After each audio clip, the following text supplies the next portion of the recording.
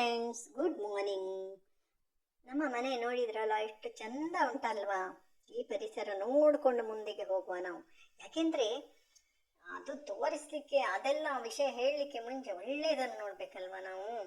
ಹಾಗೆ ಧರ್ಮಸ್ಥಳ ದೇವಸ್ಥಾನವೇನು ತೋರಿಸ್ಬೇಕು ಅಂತಿದ್ದೆ ನಾನು, ಅದು ಆಗಲಿಲ್ಲ. ಹಾಗೆ ನೋಡಿ, ಇವರ ಕರ್ಮಕಾಂಡಗಳು ನಾವು ಆಗವೆಲ್ಲ ಹೋಗ್ತಿದ್ದೇವಲ್ಲ, ಸಾಫ್ಟ್ ಮನುಷ್ಯರ ಹಾಗೆ ನಮಗೊಂಥರ ದೇವರ ಥರವೇ. ಅಯ್ಯೋ, ಹೆಗ್ಡೆಯವರಂದ್ರೆ ದೇವಮಾನವ ಅಂತಲೇ ನಾವು ತಿಳ್ಕೊಂಡಿದ್ದೆವು. ಆಣೆ ಪ್ರಮಾಣಗಳನ್ನು ಸಾಲ್ವ್ ಮಾಡೋದು, ಅದು ಸಾಲ್ವ್ ಮಾಡೋದು, ಇದು ಸಾಲ್ವ್ ಮಾಡೋದು. ನೋಡಿ, ನನಗೆ ಗೊತ್ತಿದ್ದವರ ಹತ್ತಿರದವರದ್ದು ಫ್ಯಾಮಿಲಿ ಡಿಸ್ಪ್ಯೂಟ್ ಇತ್ತಾಯ್ತಾ. ಆಗ ಅವರು ಅದು ಒಳ್ಳೆ ವ್ಯಕ್ತಿಗೆ ಒಂದು ವಿಲ್ ಮಾಡಿಸುವ ಹಾಗೆ ಅವರ ಮನವೊಲಿಸಿದ್ರು ಆಯ್ತಾ. ಆಮೇಲೆ ಆ ವ್ಯಕ್ತಿ ಸ್ವಲ್ಪ ಬಂಗಾರವನ್ನು ಕೊಡ್ತೆ ಅಂತ ಹೇಳಿಕೊಂಡಿತ್ತಲ್ವಾ. ಆಗ ಅವರು ಏನು ಹೇಳಿದ್ರು, ಅದು ವಿಲ್ನಲ್ಲಿ ಬರೆದಿದ್ರು, ಬರಲಿಲ್ಲ, ನಮ್ಗೆ ಅದೆಲ್ಲ ಗೊತ್ತಿಲ್ಲ. ಆಗ ಒಮ್ಮೆ ಅವರು ಅದೆಲ್ಲ ಸೆಟ್ಲ್ ಆದ್ಮೇಲೆ ಹೋಗಿ ಕೇಳಿದಾಗ ಇವರು ಹೆಗ್ಡೆಯವ್ರು ಹೇಳಿದ್ದಂತೆ, ಅದು ಗೋಲ್ಡ್ ನೀವು ಕೊಡಬೇಕು, ಬಂಗಾರ ಕೊಡಬೇಕು ನೀವು, ಅದು ಸ್ವಾಮಿಗೆ ಹಾಕ್ತೀವಿ ಅಂತ ಹೇಳಿದ್ದಲ್ವಾ ಅಂತ. ಯಾಕೆಂದ್ರೆ ಅವ್ರ ಪುಟ್ಟ ಪುಟ್ಟ ಮಕ್ಕಳು ಎಷ್ಟೋ ಮಂದಿ ಇದ್ದವರು, ಅದು ಅವರಿಗೆ ಸಹಾಯ ಆಗ್ತಿತ್ತಲ್ವಾ, ಅವ್ರಿಗೆ ಬೇಕಾಗುತ್ತದೆ ಅಲ್ವಾ. ಇನ್ನೊಬ್ಬರ ಆಸ್ತಿನ ಅವರ ಕೊಟ್ಟರೆ ತಗೊಳ್ಳಿ, ಅದರ ಮುಂಚೆ ತುಂಬವೇ ಕೊಟ್ಟಿದ್ದಾರೆ ಅವರು, ತುಂಬ ದಾನಿಗಳವರು, ನನಗೆ ಗೊತ್ತುಂಟು. ಅಷ್ಟೋ ತೆಕ್ಕೊಂಡು ಮತ್ತೆ ಇವರು ಕೇಳುದು. ಆಗ ನನಗೆ ಅನ್ನಿಸಿತ್ತು, ಆ ಸಣ್ಣ ಪ್ರಾಯದಲ್ಲಿ ನನಗೆ ಅನಿಸಿತ್ತು, ಓ ಇವರು ಸರಿ ಇಲ್ಲ ಸ್ವಲ್ಪ ಅಂತ.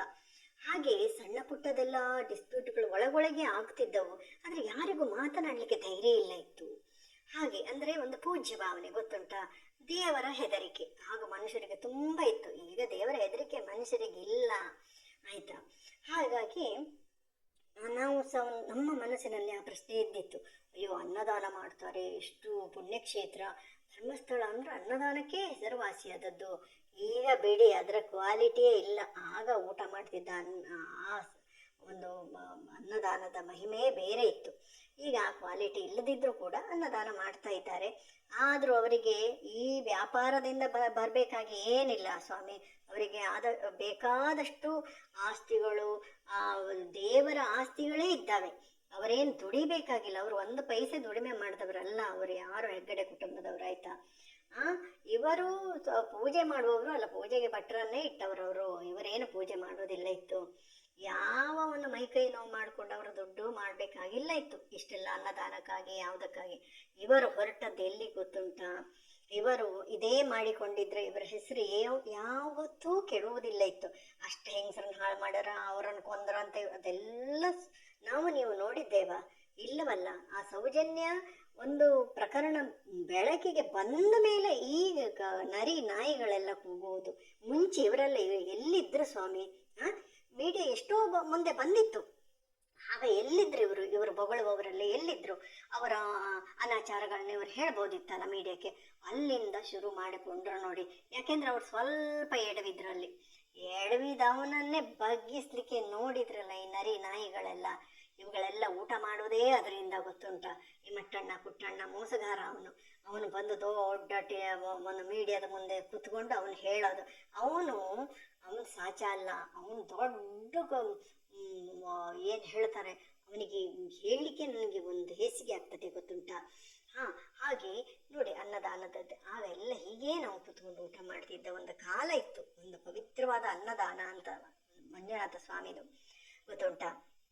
ಇವನಿದ್ದಾನಲ್ಲ, ಇವನು 1 ನಂಬರ್ ಕೇಡಿ. ಇವನು ಮಾಡದಿದ್ದ ಕರ್ತೃತ್ವಗಳು ಯಾವುದು ಬಾಕಿ ಇಡ್ಲಿಲ್ಲ. ಅವನು ಸರಿ ಇದ್ದು ಹೇಳಿದಾದ್ರೆ ಎಲ್ಲರೂ ಕೇಳ್ತಾ ಇದ್ರು. ಹಾಗೆ ನೋಡಿ, ಇಲ್ಲಿ ಸಾಮೂಹಿಕ ವಿವಾಹ ಅದು ಇದು ಎಲ್ಲ ಮಾಡ್ತಿದ್ರು. ಆ ಟೈಮ್ಗೆ ನಾವು ಹೋಗ್ತಿದ್ದೆವು, ಎಲ್ಲ ನೋಡಿದ್ದೆವು, ನಾವು ಕಣ್ಣಾರ್ಥ ಇದೆಲ್ಲ ನೋಡಿದ್ದು, ಗೊತ್ತುಂಟಾ.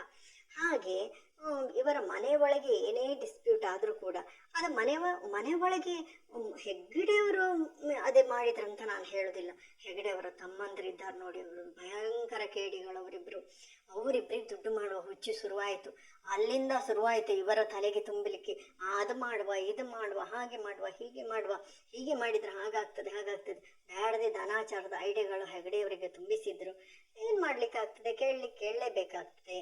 ಹಾಗೆ medical college, engineering college, dental college ಯಾವುದು ಬೇಕು ಲಕ್ಷಗಟ್ಟಲೆ ಕೋಟಿಗಟ್ಟಲೆ ಹಣದ್ದು ಸೀಟೆಲ್ಲ ಮಾಡಿಕೊಂಡು, ನಿಮ್ಗೆ ಗೊತ್ತುಂಟಲ್ಲ ಮೆಡಿಕಲ್ ಕಾಲೇಜಲ್ಲಿ ಹಾಗೆ ಮಾಡಿದ್ರು. ಬೇಕಿತ್ತ ಇವರಿಗೆ ಸುಮ್ಮನೆ ದೇವಸ್ಥಾನದ ಆರ ಬಾರ ಕಂಡಿಕೊಂಡು ಆ ಮಂಜುನಾಥನಿಗೆ ಒಂದು ನ್ಯಾಯವಾಗಿ ನಡ್ಕೊಂಡಿದ್ದೆ ಇವರು ಬಚಾಯಿಸ್ತಿದ್ರು. ಇವರು ಮಾಡಿದ್ದು ಇವರು ಊಟ ಮಾಡೋದು ಗೊತ್ತುಂಟ. ಇವರು ಮಾಡದಿದ್ದ ಅನಾಚಾರ ಇಲ್ಲ. ಅನಾಚಾರ ಏನು ಗೊತ್ತುಂಟ, ಬರೀ ದುಡ್ಡು ಮಾಡೋ ಹುಚ್ಚು ಬಂತು ಇವರಿಗೆ.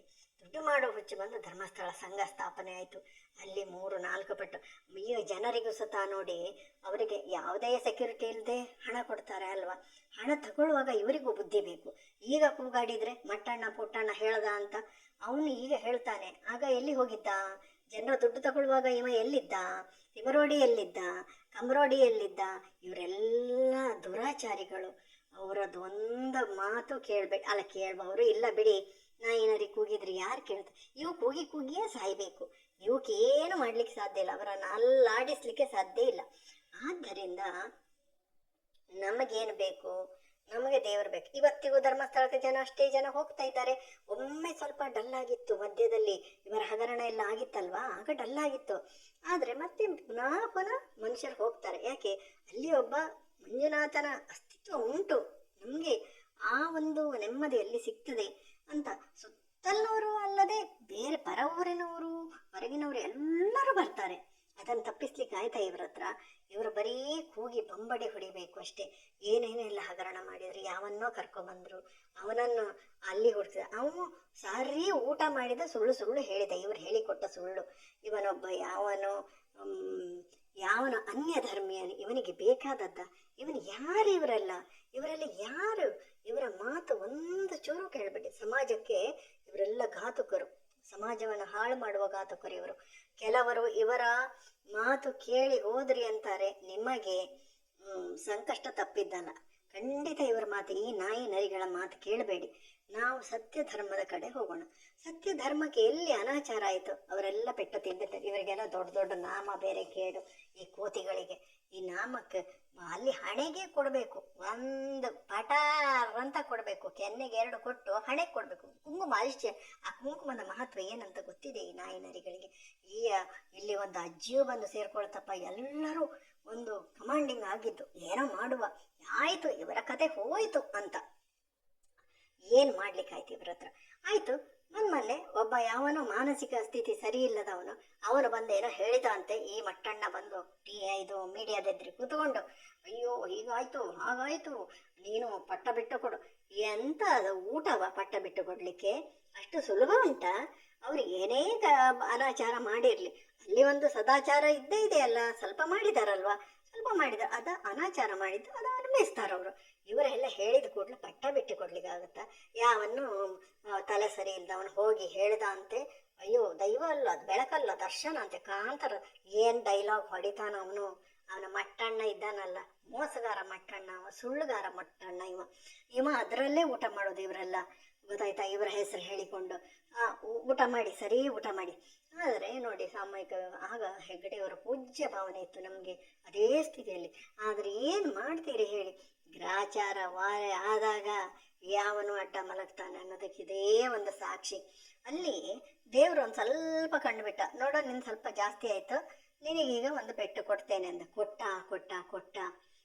ಆ ನಾಯಿ ನರಿಗಳೇ ಮಾತಾಡೋದಾಗ್ಲಿ, ಮರ್ಯಾದೆ ಹೋಯ್ತಾ ಸ್ವಾಮಿ? ಮರ್ಯಾದೆಗಿಂತ ದೊಡ್ಡದು ಯಾವುದೂ ಇಲ್ಲ. ಮಂಜುನಾಥ ಅಲ್ಲಿ ಕಣ್ಣು ಬಿಟ್ಟ, ದೇವರಿದ್ದಾನೆ, ಹೋಗುವ, ನಾವು ಅಲ್ಲಿ ಪ್ರಾರ್ಥನೆ ಮಾಡುವ. ಯಾಕೆಂದ್ರೆ ನಮ್ಮ ಮನಸ್ಸಿನಲ್ಲಿ ಮುಂಚಿನಿಂದನೂ ಬಂದಿದ್ದೆ ಅಲ್ವಾ, ಧರ್ಮಸ್ಥಳ ಒಂದು ಪವಿತ್ರ ಕ್ಷೇತ್ರ ಅಂತ. ಈ ನಾಯಿ ನರಿಗಳೆಲ್ಲ ಹೇಳಿಕೊಂಡ್ರೆ ಏನಾಗ್ತದೆ? ಏನೂ ಆಗುದಿಲ್ಲ. ಯಾರನ್ನು ಯಾರನ್ನು ಅಲ್ಲಾಡ್ಸಿಕ್ಕಾಗಲ್ಲ. ಶಿವರಾತ್ರಿಗೆ ಬಿಟ್ಟು ಕೊಡೋದಂತೆ ಪಟ್ಟ. ಇವು ಹೇಳ್ಕೊಂಡು ತಿರುಗಾಡ್ಬೇಕಷ್ಟೇ, ಪಟ್ಟ ಬಿಟ್ಟು ಕೊಡೋದಲ್ಲ. ನಿಮ್ಗೆ ಚಟ್ಟ ಕಟ್ತಾರ ಅವರು. ಜೈ ಹಿಂದ್.